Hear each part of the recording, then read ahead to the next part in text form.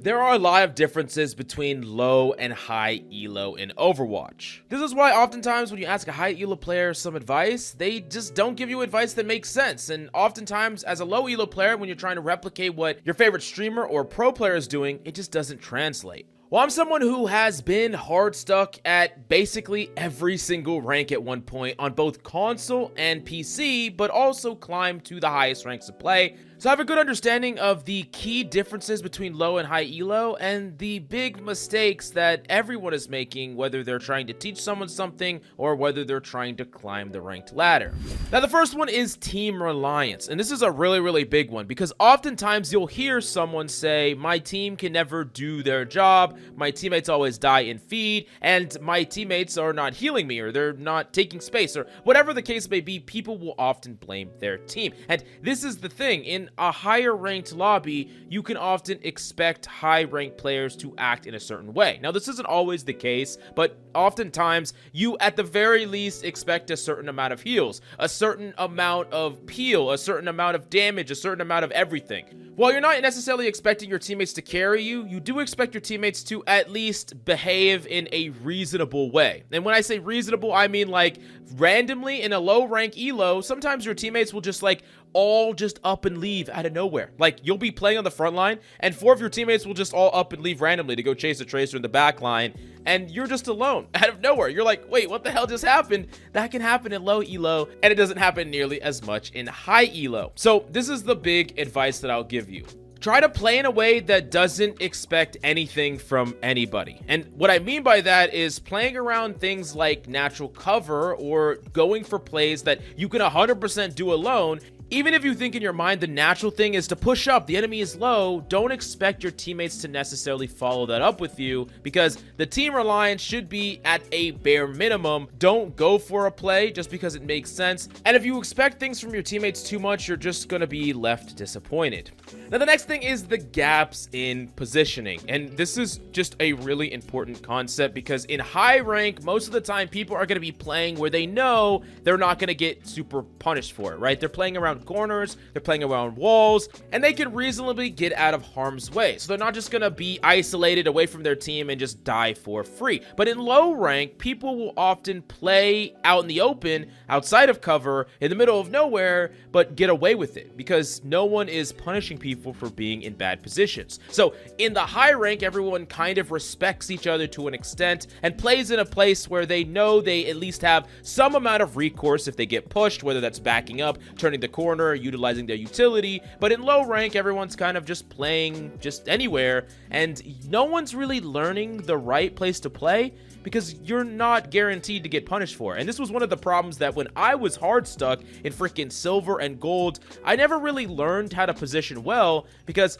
I would play in the same spot every single game, and sometimes it would work just fine and sometimes it wouldn't work at all. And it was really because there was no receptive feedback loop. I was just getting away with things because people were not punishing me for them, but then I would run into someone that would and then just lose. So it was just, it felt like a coin flip a lot of the time, but it was really my play that was punishing me, but I was playing the same way every single game. Now, the general advice I'll give you is that if your position gives you options, it is better. Being around a piece of cover, being on the high ground, being anywhere that gives you an option, whether that's backing away, denying a peek from the enemy, or retreating to your team, the more options you have in your position, the stronger that position is. Now, next up, let's talk about consistency, which is a big problem for a lot of players. Even high-ranked players do suffer from consistency, but sometimes low-ranked players will have those really good games, really bad games for seemingly random reasons. I remember back when I was hard stuck in Diamond, I would often have games where I would just slaughter the enemy team,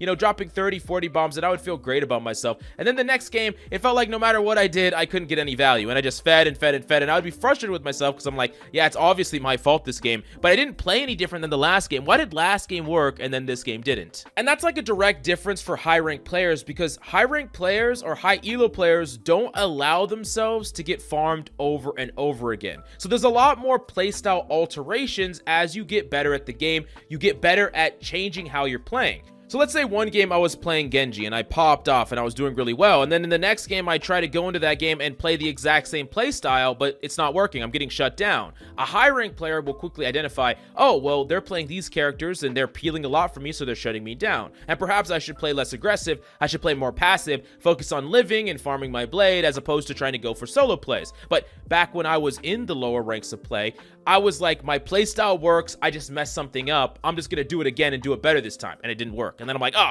I messed up again, I'm just gonna do it again and do it better next time. And every time I do it, it never works. So it does take a bit of self-reflection and being like, okay, you know, maybe I'm not mechanically really there right now, maybe there's things that are kind of shutting me down, but I'm not gonna allow myself to consistently get no value over and over and over again, because then I'm sure to lose the game. Like, my teammates should not have to put me in the backpack to win this game, so I'm gonna find a way to not get farmed over and over. And maybe that means swapping up my playstyle, or maybe that means swapping up my hero, but regardless, it's something that you should consider if you are having these games where some games are popping off, and then other games are performing really well. Try to figure out the reasons why the games that are going well, and then also be willing to adapt your play to something that will get value, or you will not get farmed at the very least if you're being overly focused or every play you're going for seemingly gets shut down.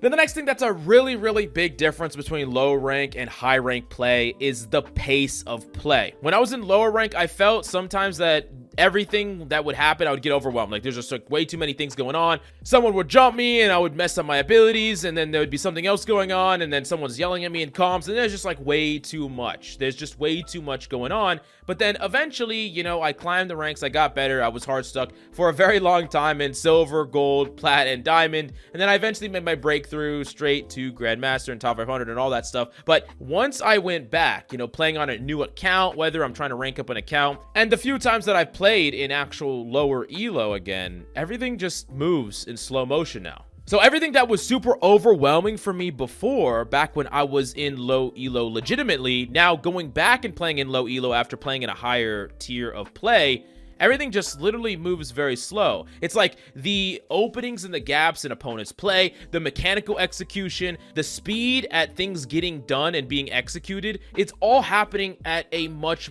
slower pace. Everything is happening at a slower pace. I like to think about it like cooking. For those of you who don't know, I used to be a line cook, and I've also been watching the TV show The Bear, which is super irrelevant to this video, but I'm throwing it in anyways, where things are happening like crazy and there's just like chaos in the kitchen, and like you would be completely overwhelmed. But eventually, you know, you get in a rhythm. You understand how things are supposed to move and where things are supposed to go, and you get faster and faster and better and more conditioned for it. And then all of a sudden, if you just were cooking at home or something like that, or just like in a random mom and pop shop, like on a random Tuesday, everything would just like be slow, maybe even almost boring because of how slow things are moving. And that's kind of what happens as you get into more and more turbulent waters, faster engagements. It's almost like your overall input output gets super honed, and you can just kind of take in information and do the right play automatically a lot easier. And this is one of the reasons why, you know, looking back on it now, even though I felt really hard stuck for most of those ranks, and in a lot of cases there were times back, especially in the beginning parts of my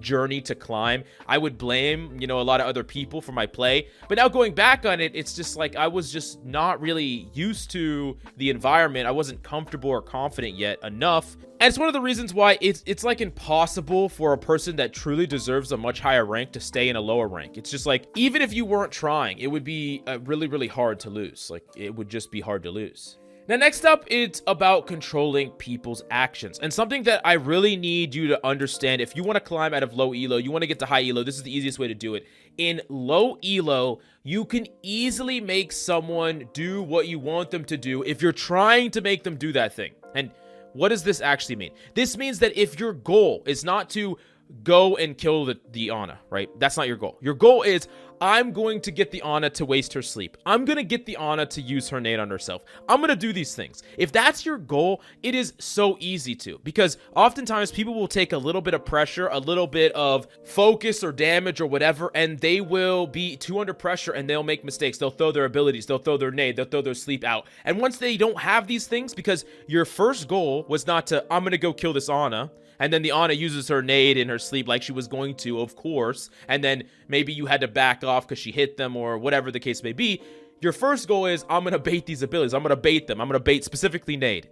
You try for that, and you can get people to do exactly what you want. You want the hog to hook. You know that he's looking for it. You want him to hook. Jiggle peek a corner. Shoot, jiggle, shoot, jiggle. Hogs will just throw out the freaking hook all the time. People will do exactly what you want them to do. It's so easy to make people do what you want them to do if you're thinking about them doing that. Like, if you're thinking about making them do that. But in higher elo, the higher you climb, the more and more people understand your intentions. The harder and harder it is to force someone to use an ability without them legitimately needing to. So, like, as an example, an Ana will understand, oh, this person's playing a little bit far away. Oh, this person's playing a corner. They're obviously not committing any abilities to me. They obviously want me to use my nade, use my sleep, because the second I use these abilities, all of a sudden, I'm vulnerable. So I understand that the battle to win, the 1v1, the battle to stay alive is not in me hitting my sleep, me hitting my nade. It is whether or not I can position myself or move away or